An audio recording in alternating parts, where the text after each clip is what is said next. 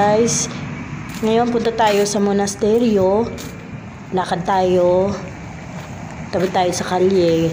Yung monasteryo na yan, yung pinaka malaking simbahan dito sa Escorial. Ito makikita nyo, ayan, sobrang laki niyan.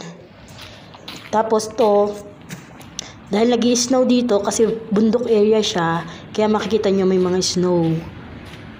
Pero no, tirik pa ang araw.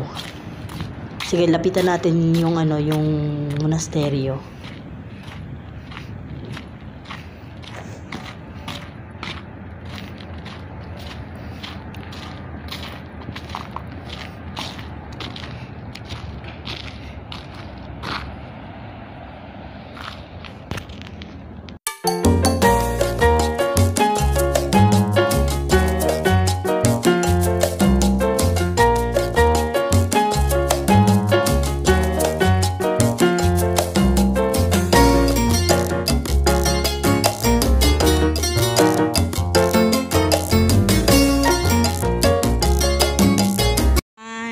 Welcome to my channel, Rosel16 Vlogs.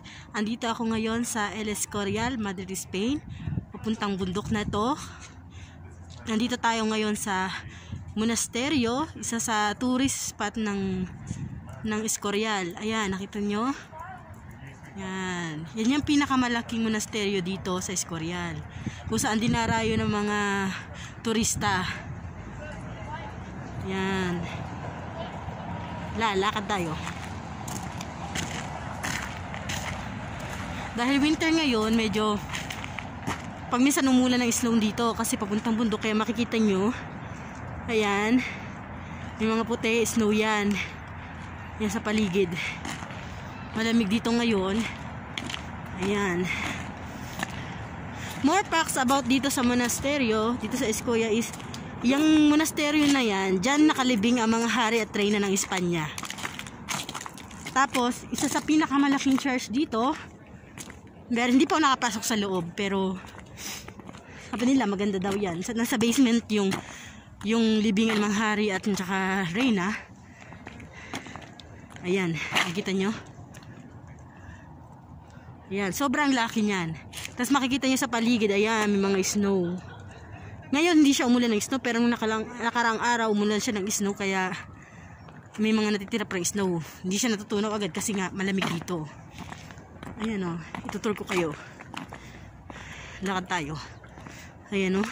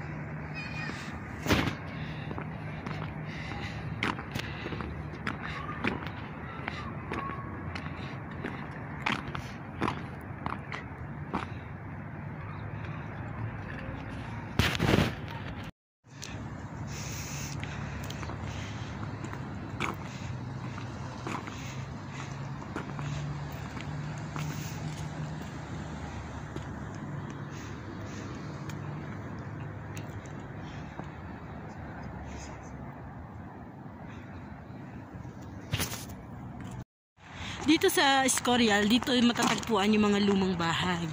Kasi karamihan dito mga unang pinatayo yung mga bahay. Kaya makikita mo mga halos sinauna yung mga bahay nila dito. At itong church, itong monasteryo, medyo makaluma na rin. Pero makikita mo pa rin sa itsura ang pagiging Espanyol. Yung itsura, diba?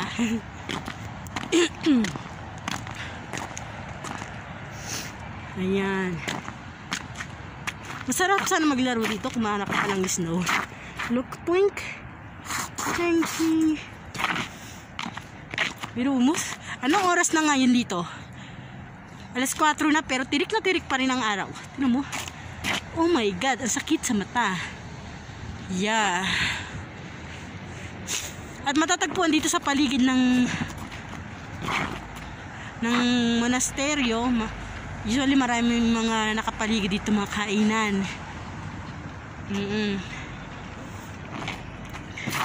Kasi mahilig mga taong kumain dito. Kaya makikita mo sa paligid puro kainan. Bibihira yung mga tindahan dito. Ayan. Makikita mo karamihan sa mga pupunta dito, yung mga hindi taga dito. Yung mga mula sa ibang lugar, bumibisita sila dito kasi isa yan sa monastery, yung pinaka-famous na lugar dito. Ang pinaka-tourist attraction dito sa Escorial. Dito sa Escorial, kapag babiyahe ka mula Madrid, pwede ka mag-bus or train. Pag mag-train ka, mga 1 oras ang biyahe. Pero malayo ang train station doon sa baba pa. Pero kapag magbabas ka naman, may mga dumadaan mga bus dito, sakay ka buhat sa Moncloa. Maraming bus na dumadaan. Usually sinasakyan ko 661 or 664. Doon yun sa parte, doon kasi lalakad ka papunta dito. Pero mas malapit-lapit din naman lalakarin mo. Compare pag magte-train ka kasi sa mismo baba pa yun. Ang layo ng lalakarin mo. Kasi before, nagtitrain ako. Naku, layo-layo ng lalakad ko. Hindi ko alam na may sakayan pa ng bus. Ngayon nalaman ko may sakayan ng bus, magana ang buhay kasi buti nila lalakarin. Grabe, hinihingil ako sa labig kasi. Alamig kasi ngayon dito. Makikita mo.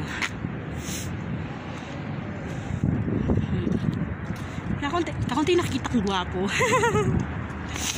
Naganap ng gwapo. Ay, sus.